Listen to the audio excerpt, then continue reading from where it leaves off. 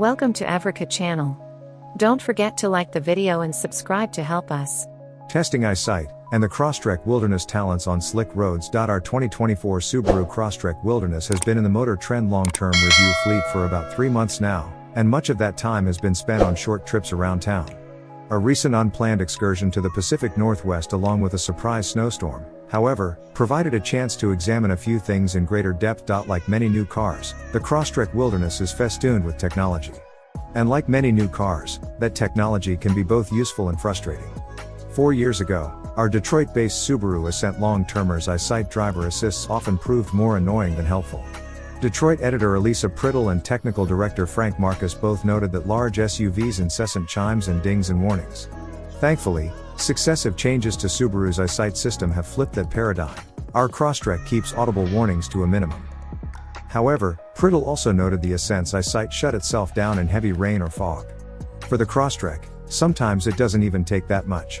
On dozens of occasions, after starting the compact SUV on a simple cool night, I've been met with a warning that eyesight is unavailable. Condensation on the sensors, perhaps? I have yet to identify the culprit, and after a few minutes, eyesight is back online. It's an odd occurrence, because I have driven through heavy rain and fog, and eyesight worked fine then, with one exception. With CarPlay and Apple Maps fired up, I settled in and watched as Los Angeles disappeared in the Crosstrek's rearview mirror. Leading up to the trip, I was actually a bit apprehensive. My longest individual trip in the 2024 Crosstrek had been no more than 10 miles, but when Motor Trend had a 2018 Crosstrek in its long-term fleet, I took the keys a time or two and really didn't enjoy driving it.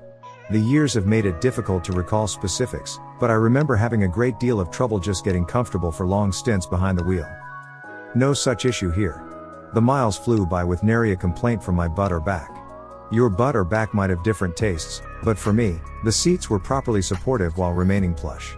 They weren't the best seats I've ever been in. Among the Crosstrek segment competitors, our 2019 Hyundai Kona long-termer was more comfortable on a long drive, but I've also felt worse. The only thing I found myself wanting was perhaps a bit more thigh support. And after a few hours of driving, I occasionally wished for a bit more space in the footwell to reposition my left foot, the only time this subcompact SUV actually felt subcompact to me. After 1,200 miles over 2 days, I finally reached my destination in the far north of Washington's Olympic Peninsula. My family lives in an area noted for its rain shadow effect, so I was surprised to look outside one evening to see several inches of snow covering the Crosstrek. I was not prepared for this. A more forward-thinking editor would have taken advantage of this rare opportunity. Few of our SoCal-based long-termers will ever see much winter weather. Me? I was distracted, in town for a memorial service, not in the right headspace to think about work. And because I was distracted, it never even crossed my mind to test out X mode snow/dirt or deep snow/mud settings or even look up what they could do. Thankfully, neither mode was necessary. Left in its default settings, the Crosstrek Wilderness all-wheel drive and traction control were more than sufficient to keep me feeling safe. Because this was my first time driving in snow in perhaps a decade, I took things slow on my daily quarter-mile drive to my family's home.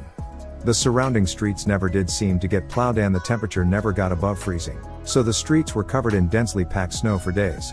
Each day, I crept over at what felt like a safe speed, but when I saw no signs of other drivers, I would smash the brakes and take turns with a bit too much speed, just to refamiliarize myself with what it feels like when your car loses traction in tricky conditions. No big surprise, but the Crosstrek stayed firmly planted to the road. This low-speed familiarization with slick roads proved useful a few days later on my return trip to California. The snow never did pose a problem, but Central Oregon, it turned out, got much worse than just snow. Shortly before my drive home, the area was hit with freezing rain, and days later the interstate remained a mess. I approached oblivious to the conditions, and the low-speed snow experimentation helped ensure I stayed on the road. When I first saw brake lights ahead, I assumed slow traffic, not a standstill, and I felt the ABS rumble as my right foot realized the truth of the situation. Thankfully, I had grown used to that feeling and avoided panicking, and the Crosstrek stayed stable. The Subaru had done its job, and I had somehow managed to do mine. The remainder of the drive through the icy quagmire was uneventful. I could feel a tire slipping on a few occasions, but never anything that felt dangerous. The Crosstrek Wilderness does a wonderful job of quietly and calmly keeping its occupants safe.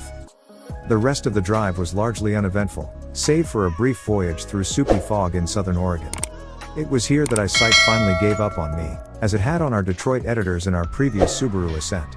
With eyesight offline, I was on my own to navigate through fog that seemed to limit visibility to about 20 feet. Once through that, eyesight reactivated, and it was smooth sailing the rest of the way home.